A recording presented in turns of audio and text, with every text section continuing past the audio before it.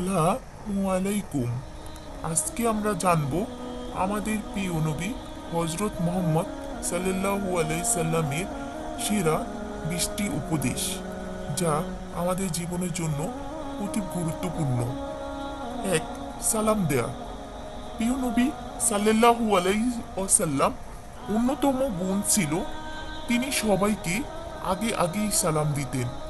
সাধারণত কেউ তাকে আগে সালাম দিতে পারতেন না। এটি ছিল বিশ্বনবী সাল্লাল্লাহু আলাইহি ওয়াসাল্লামের অন্যতম শিক্ষা। এই কারণেই তিনি বলেছেন, কথা বলার আগেই সালাম দাও। 2. আল্লাহকে স্মরণ করা। আমাদের প্রিয় নবী হযরত মুহাম্মদ সাল্লাল্লাহু আলাইহি সাল্লাম সব সময় সব কাজে মহান আল্লাহকে স্মরণ করতেন এবং আল্লাহকে স্মরণ করতে বলতেন।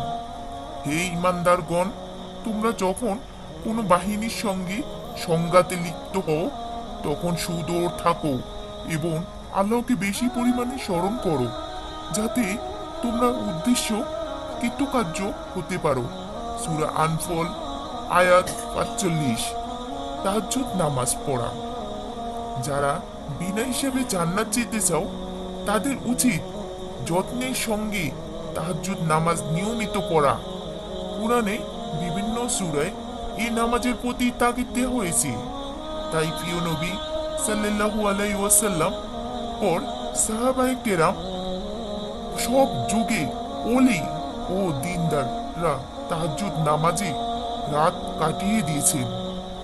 4 নম্বর, নামাজ পড়া। নামাজ ছিল প্রিয় নবী সাল্লাল্লাহু আলাইহি সাল্লামের জীবনের শ্রেষ্ঠ ইবাদত ও আদর্শ। এমনকি তিনি যখন কোনো বিপদে পড়তেন সঙ্গে সঙ্গে তিনি নামাজে দাঁড়িয়ে যেতেন। আবার কোনো কারণে কষ্ট বা হতাশা বা চিন্তাগ্রস্ত হলেও তিনি তাৎক্ষণিক নামাজে দাঁড়িয়ে যেতেন। নীরবতা পালন করো। তিনি দীর্ঘ সময় নীরব থাকতেন। আল্লাহর কাছে থেকে ওহী ছাড়াও কোনো কথা তিনি বলতেন না। এই কারণে নীরব থাকায় বিশ্বনবীর অন্যতম সুন্নত ও ইবাদত। কম হাসা। তিনি কম হাসতেন, কেননা বেশি হাসলে মুমিনের অন্তর নিস্তেজ হয়ে যায়। রাসূলুল্লাহ সাল্লাল্লাহু আলাইহি সাল্লাম বলতেন, বেশি বেশি করে কাঁদো তোমরা, অল্প অল্প হাসো। প্রতিশোধ পরণ না হওয়া। কারো প্রতি প্রতিশোধ না নেওয়া ছিল বিশ্বনবী সাল্লাল্লাহু আলাইহি সাল্লামের অন্যতম আদর্শ।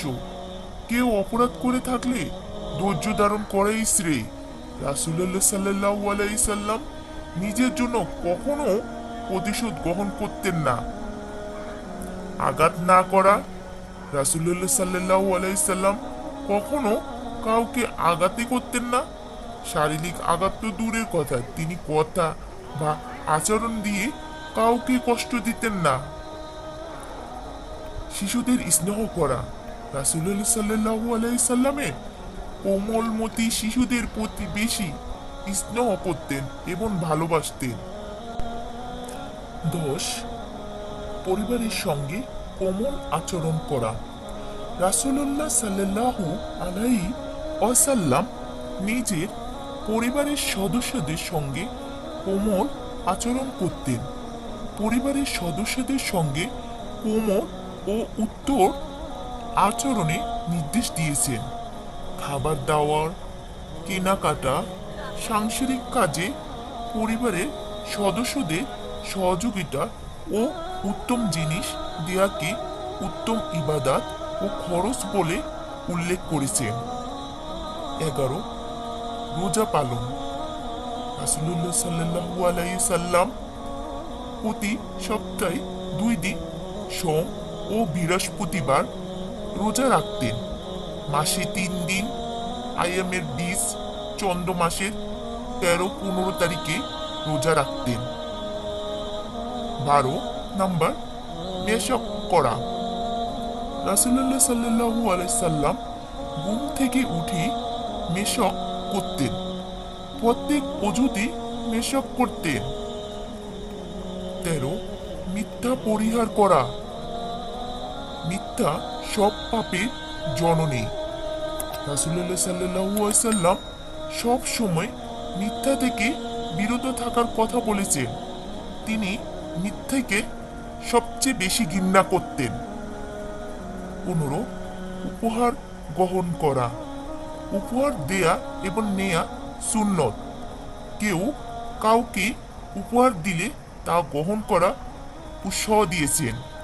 রাসূলুল্লাহ সাল্লাল্লাহু আলাইহি সাল্লাম হাদিয়া বা উপহার গ্রহণ করতেন এবং নিজেই ব্যবহার করতেন।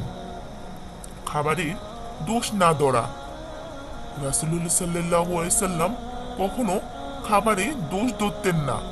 কোনো খাবার খেতে ভালো না লাগলে তিনি না তা খাওয়া থেকে বিরত থাকতেন। 17 ক্ষমা করা। ক্ষমা মহান আল্লাহ তাআলার অন্যতম গুণ। রাসূলুল্লাহ সাল্লাল্লাহু আলাইহি ওয়াসাল্লামও ক্ষমা করতে ভালোবাসতেন। তিনি অন্যদের ক্ষমা করায় দেয়াকে বেশি পছন্দ করতেন। 18 নম্বর কাউকে অবহেলা না করা। রাসূলুল্লাহ সাল্লাল্লাহু আলাইহি সাল্লাম কখনো কাউকে অবহেলা করতেন না।